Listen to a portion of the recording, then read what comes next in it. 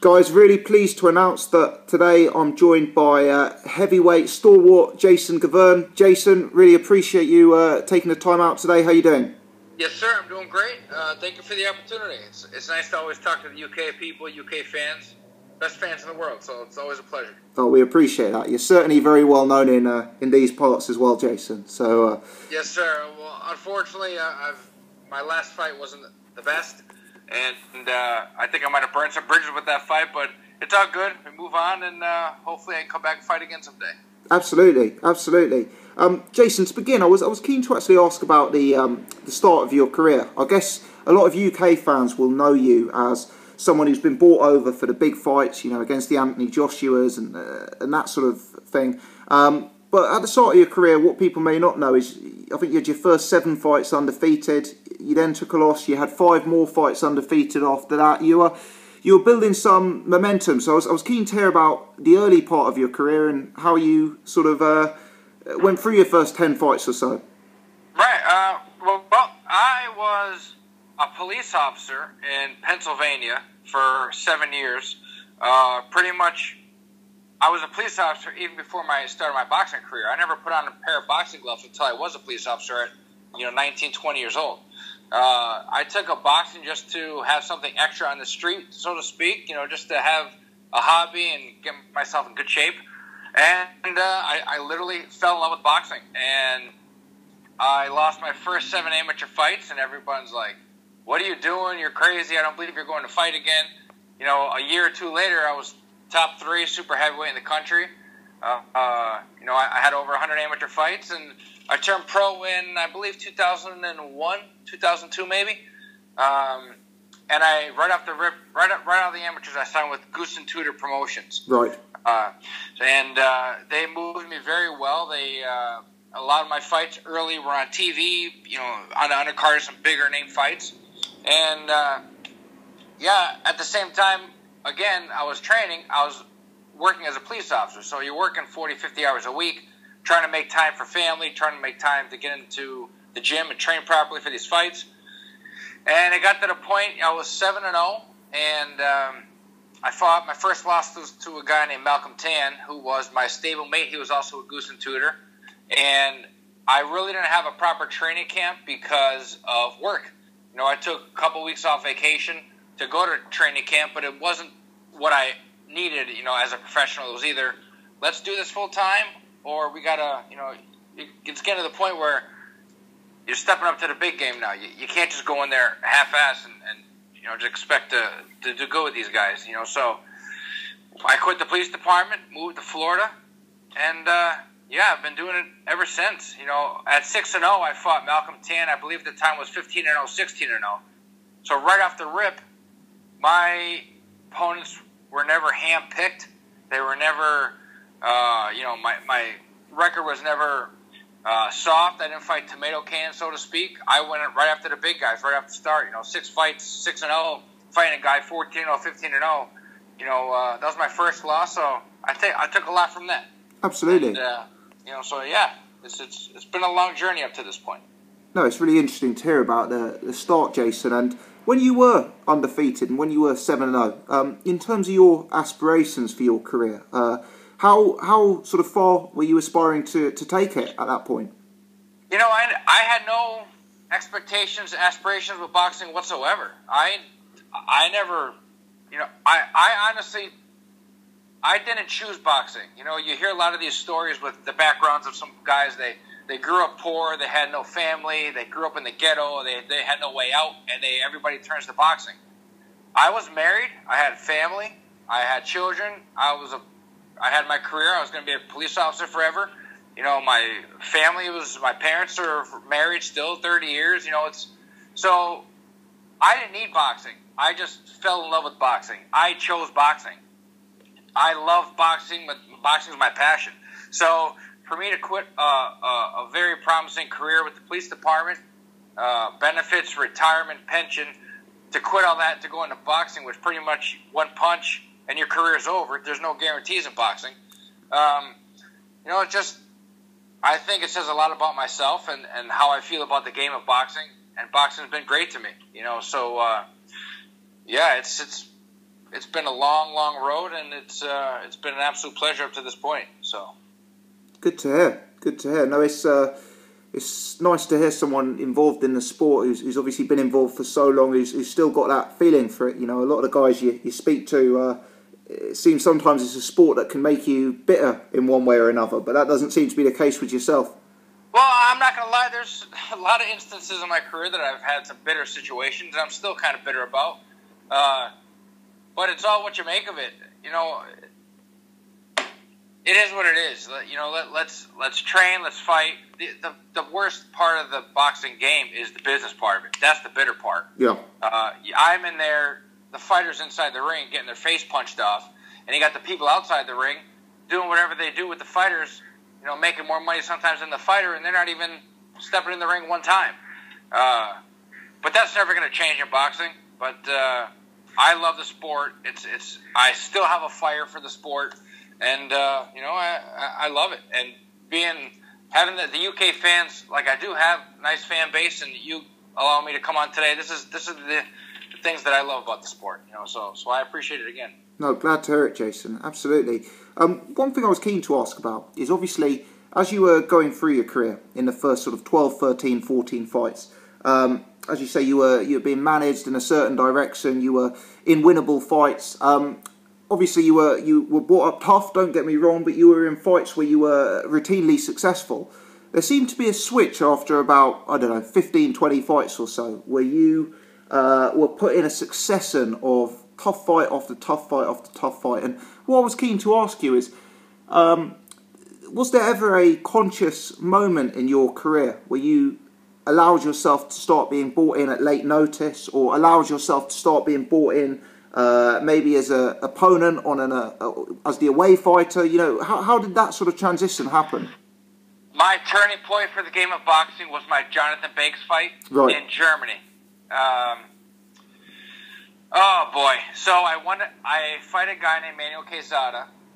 I'm not even sure the date, honestly. 2010, 2011. I fought Manuel Quezada 10 rounds. I won a WBC Caribbean title. It put me in the top 15 in the WBC. And my next fight, I was fighting Jonathan Banks, co-main event on the Klitschko card. I go away to boxing camp. I'm training 8 weeks, 10 weeks. We had a proper training camp. This was going to be my first 12-round fight.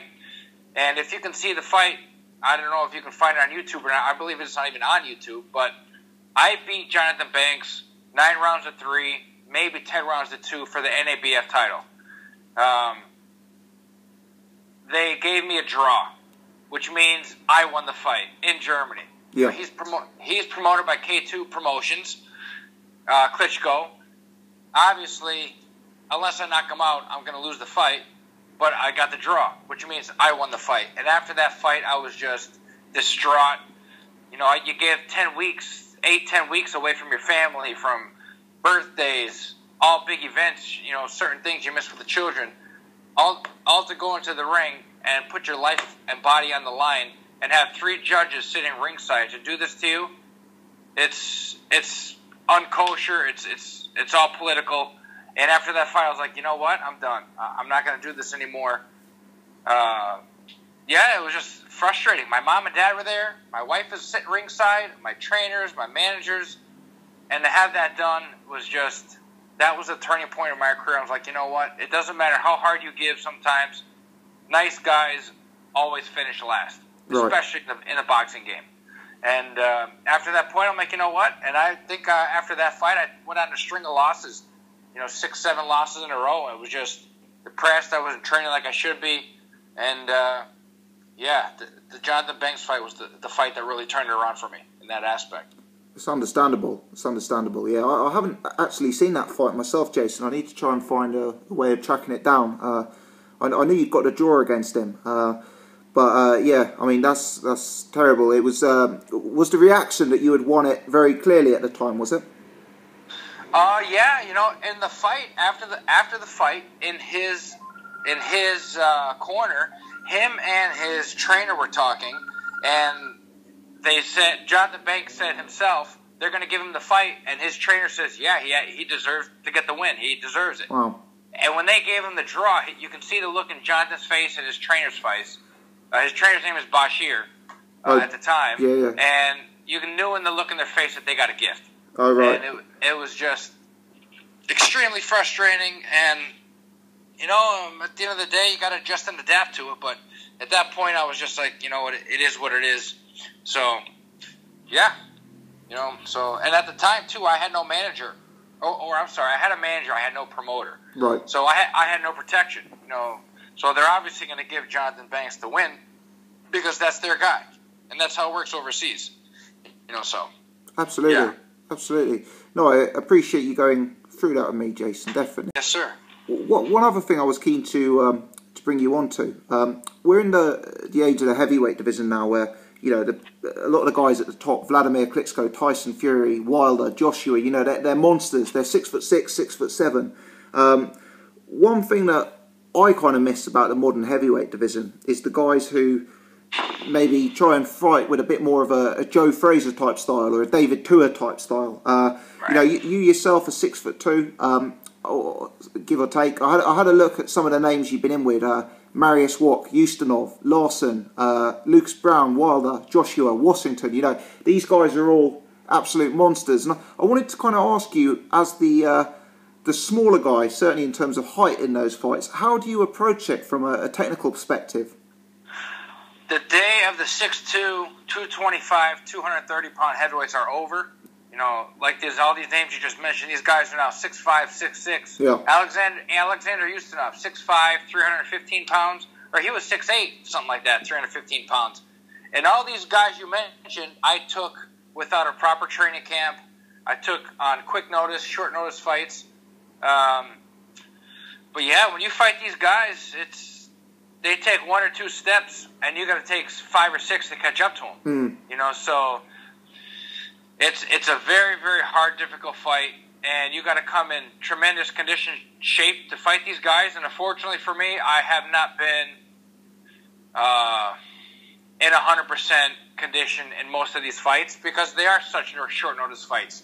There's being in boxing shape, and there's being in regular shape, you know, in the gym every day doing whatever, and then there's being in boxing shape. It's two different worlds. It's hard to get in boxing shape. It's hard to be in boxing shape 24/7 when you don't know when you're going to be fighting next. The motivation's not there. You know, they said to me, "Get ready, June 15th. You're fighting 8 rounds, 10 rounds. Get in camp." You better believe June 15th rolls around. I'm going to be in shape to go. But when they call me on Tuesday to come to England to fight David Allen on Saturday, I'm on a plane Wednesday all day. I land on Thursday, press conference, weigh-ins to fight. You know, it's obviously you're not going to get the best Jason Gavern that I have to offer.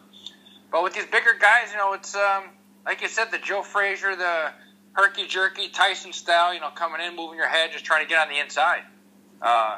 These bigger guys, you get on the inside, they wrap you up, they put their weight on you. It's hard to carry around Ustinov for 12 rounds with him leaning on your back, holding on you, pulling on your neck. You know, after 7-8 rounds, it's just like you're trying to push a truck, you know, around the ring, and it's just very, very hard to do. Yeah. Do you think there'll ever be another dominant heavyweight who's 6'6", something like that, or do you think it's going to be too difficult in this age? Do I think there's going to be another heavyweight 6'2"? Yeah. No, it's never going to happen again. It's never going to happen again. Absolutely. No, look at the fight coming up with Anthony Joshua in Brazil. They're both 6'6", 6'7". You know, they're big, huge men. Every heavyweight champ right now, Deontay Wilder, Anthony Joshua, Klitschko, Fury, all these guys are 6'6" and above. Absolutely. Yeah, it really is era of the giants. And yeah, absolutely. Of those names, Jason, obviously it's a who's who of the heavyweight division there. If you had to pick out one or two who you say would be the most talented, the hardest guys to beat, who would you sort of side with out of that list? Well, I've been in the ring with every single one of them, sparring or fighting. Yeah. Klitschko was the dominant man for how many years, and I think he's on the down slope. He knows that. Everybody knows that. But I think Anthony Joshua is the man right now. He's 16-0. He has a IBF title, and he's still learning on the job. And every single fight he comes, he looks better and better and better. So I think he's going to easily beat Brazil. I don't think it's going to be much of a challenge for him. Brazil might hit him here and there, but I think of all the guys, I think Anthony Joshua might be the man. But you know what, too? I got to say Tyson Fury's in there. All these guys are great. They're all tremendous heavyweights. Yeah. So it's very exciting. And now that Klitschko lost and you have all these other champions out there, the heavyweight division is hopping now. It's exciting. Guys are coming. Guys are getting beat. So, it's to the point where you don't want to be, like you see MMA, the cage fighting guys. They might be, the top guy might be 25-5, 30-5. You don't want these guys that are no more 35-0, 37-0. They fight who's who. That's what the public wants to see. If a champion loses, so what? Let's fight again. It's not that big of a deal to me.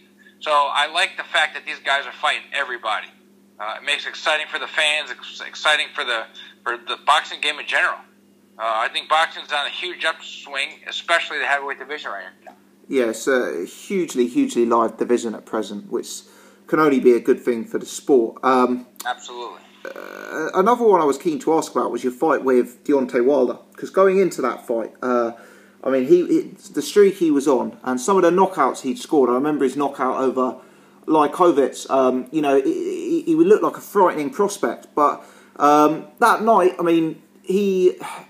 whether it's obviously yourself, you caused him issues in there. It seemed to be a less convincing performance from Deontay Wilder against yourself than some of the previous fights we'd seen him in. Did you see any weaknesses in him in there at all? Again, I was in camp with him, sparring with him, and this kind of, over the last few years, I say this a lot, but I took the fight on, I think, 5 days' notice. Right. They called me on Monday, I flew out Tuesday. He was set up for his next fight after me to fight Gavern for the title. Yeah. So they want to get somebody with Gavern, somewhat of a style, and he hasn't put the rounds in like he should have to go 12 rounds. So he wants to put the rounds in. I think he was he wasn't looking, I think he was looking to go the rounds rather than just knock me on the first round. Yeah. And obviously in the fight after me, when he did fight Gavern, he went 12 hard rounds and he looked tremendous. I thought that was one of the best fights he's ever looked. Yes. I took him the farthest that anybody's ever taken him without training one day specifically for him. But he's a long, lanky guy, has a lot of power, and he improves, just like Anthony Joshua has been. I think Deontay Wilder's learning on the job as well. I think his fight here with Povetkin is going to be a pretty good challenge. Povetkin did very well against Klitschko. I remember that was a hold fest watching that fight, thinking, Jesus, the worst. So this is going to be a tough fight for Deontay, but I'm looking forward definitely to the fight. But he's learning on the job. He's getting better and better. So his last few fights, he's looked pretty good. And, I'm definitely a fan of Deontay for sure.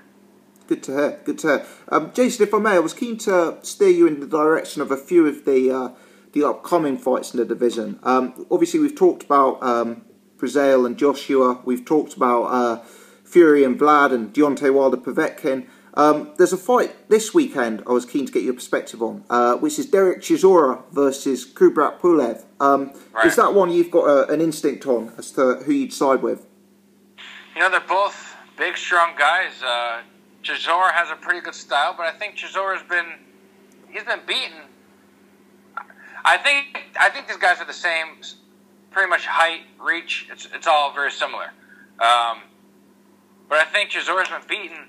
Well, I think he's got 4 or 5 losses, maybe even 6 losses. I think 5, yeah.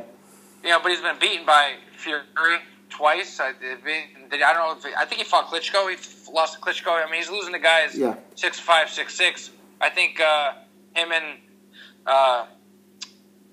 the guy he's fighting, it has pretty much the same height and everything. So I think it's going to be less of a boxing match, and they're just going to come in there and they have a point to prove, because both of these guys are right there to get a shot at the title. They're big guys. They got big names. It's going to be a good fight, and the winner's going to be in a good position. Pulev lost to Klitschko. I think he actually got knocked out with that left hook. I do remember that. I was talking about it. Yeah. He got knocked out by that left hook by Klitschko. So, I don't know. It's going to be a good fight.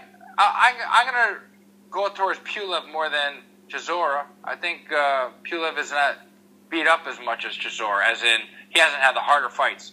You know, but it's heavyweight division. You can be losing 11 rounds and get caught with one punch in the last 10 seconds of the 12th round and win the fight. So as long as the fight's exciting for the fans, that's really, and I'll be tuning in for sure. That's the main thing, hey? Absolutely. Yeah, absolutely. I'm a fighter, but I'm a fan. I'm a huge boxing fan.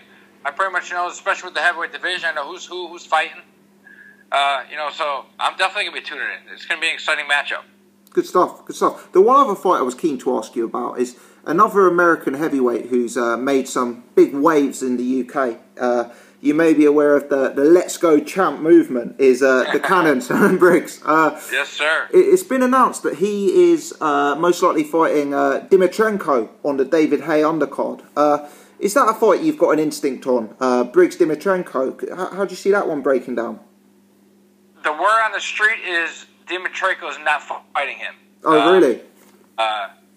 Yeah, that's the word. You don't take it from me. I'm not a matchmaker or anything, but yeah. you know, I would love to fight. I would actually love to come over there and fight Briggs. They're looking for an opponent. Hey, give me a call. Why not? But he's set up to fight David Haye next. You know, so Absolutely. this fight here is just set up for his next fight. So yeah. I don't think they want to chance him getting cut or even losing. If he loses, that payday against Haye's gone.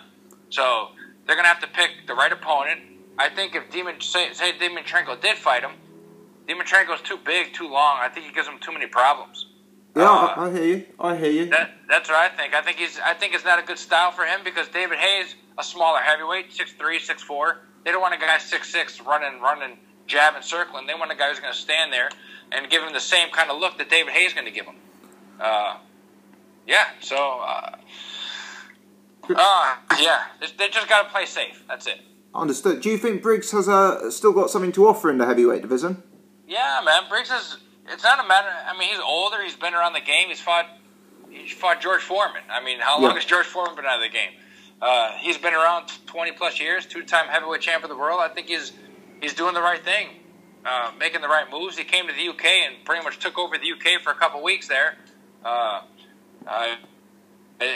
He's making a lot of noise and people know who he is, and he would be a big draw in this fight. And if he fought David Haye, I think it would be a huge fight. So yeah, I'm definitely a fan of Shannon Briggs as well. Good stuff. Good stuff. Jason, finally, I was keen to ask, obviously, about the future for yourself. You mentioned a second ago you'd potentially be up for a fight with Briggs, but who else is there out there? You know, obviously, you've thought of who's who. Who out there would you target? What aspirations do you have going forward in boxing yourself at this stage? Yeah, you know what? I just turned 39 last week. Right. I fought my last fight against David Allen, and I made myself look not great in that fight. I wasn't in shape for that fight. I had some injuries I was dealing with, and I shouldn't have taken the fight. David Allen is a great guy. He's you know, a young kid. He came in shape. He was in camp to fight Richard Towers 10 weeks. I came in camp without training a day. I didn't train for the fight at all, and I beat him 2 rounds until I got tired. He didn't do anything to me. He hit me in the back of the head 10, 15 times. You know, I think the kid's 8-0, 10-0 now. Yeah. You give me a 1-month camp, and I knock David Allen out. Those type of guys. You know, I can make all the excuses in the world, but David Allen beat me fair and square. You know, I wish him nothing but the best in the future. But I don't want to make it. I don't want to make myself look bad to take fights on short notice for the fans, and I don't feel like I'm doing a good service to boxing when I do that. You know, I understand my role right now is the gatekeeper, the journeyman fighter. I get brought in on short notice for those fights, and I need to be somewhat in type of shape. And for the David Allen fight, I was in no condition even to take that fight. You know, I apologize to David. I didn't look the best, but at the end of the day, it's his job to do his job against me, which he didn't do. So, but I don't know what I'm going to do next in the boxing game. I would love to get into some commentating. I think I would do fairly well in that, but it's not what you know, it's who you know. Yeah, of course. Yeah. So I would love, you know, if something like a prize fighter rolled around again, a tournament style, something like that, I would love to be involved in that. But, yeah, I would love to do somehow or another. I want to be involved in boxing. But to fight some more, I'm not sure. I really got to, You know, I got a lot of things going on in my life personally I got to check with. And but yeah, it's been a fun ride up to this point. And again, UK fans are the best, and I have a good fan base over there. So if it is done, I'm going to miss boxing for sure. But I'll be around. My face is always around, you know, so. Absolutely, absolutely. No, certainly if you could get yourself a commentating gig. I know there's been a lot of Americans recently who've come over to the UK. I'm thinking Eddie Chambers, Paulie Malignaggi, and they've been able to pick up that kind of work over here. And I think the UK fans quite appreciate that sort of American style of calling fights that maybe we don't have so much over here. Right. Paulie Malignaggi is doing tremendous things. He's a fan. You know, PBC is Al Heyman, the new boxing thing going on over here, and he has some fighters on, and they don't do. You know, I'm not saying I'm the best commentator. I don't even know how I would do. Honestly, I've never done classes. I've never done any schooling, or you know, I've never even been in the camera like that to do commentating. But I see these guys on TV, and I'm like, oh man, like just give me one opportunity. You know, let me just see how it goes. You know, it's just about boxing's all about opportunity, and give me one opportunity to try it. It might go bad. It might go great. You know, I think I got a good personality. I think I got, you know, what it would take to be behind the camera and do some good things there. But again, it's the opportunity. You know, so. But yeah, I think the UK, when Paulie come over and Eddie come over, I think the fans like that. You know, they like to get a proper commentating and somebody who's actually been in the ring and knows what's going on. You know. So, yeah, I hear Johnny Nelson, I think his name is over there. Yeah. He does very yeah, so. Good yeah, tell Eddie Hearn I want to come over. I'll let him know next time I speak to him, Jason. Definitely. Yeah. Jason, look, we really, really appreciate it. It's been an absolute pleasure speaking to you, sir, and wish you all the best for your future, whether that's commentating, boxing, being in and around the game. But I've really enjoyed it, and thanks so much indeed for your time, Jason. Yes, sir, absolutely. If you ever need some questions or shoot me a message on Facebook or Twitter, and I'll call you, no problem. So absolutely. Anytime. Jason, all the best. I hope to catch up with you again in future. All right, sir. Thank you very much. Bye now. Bye.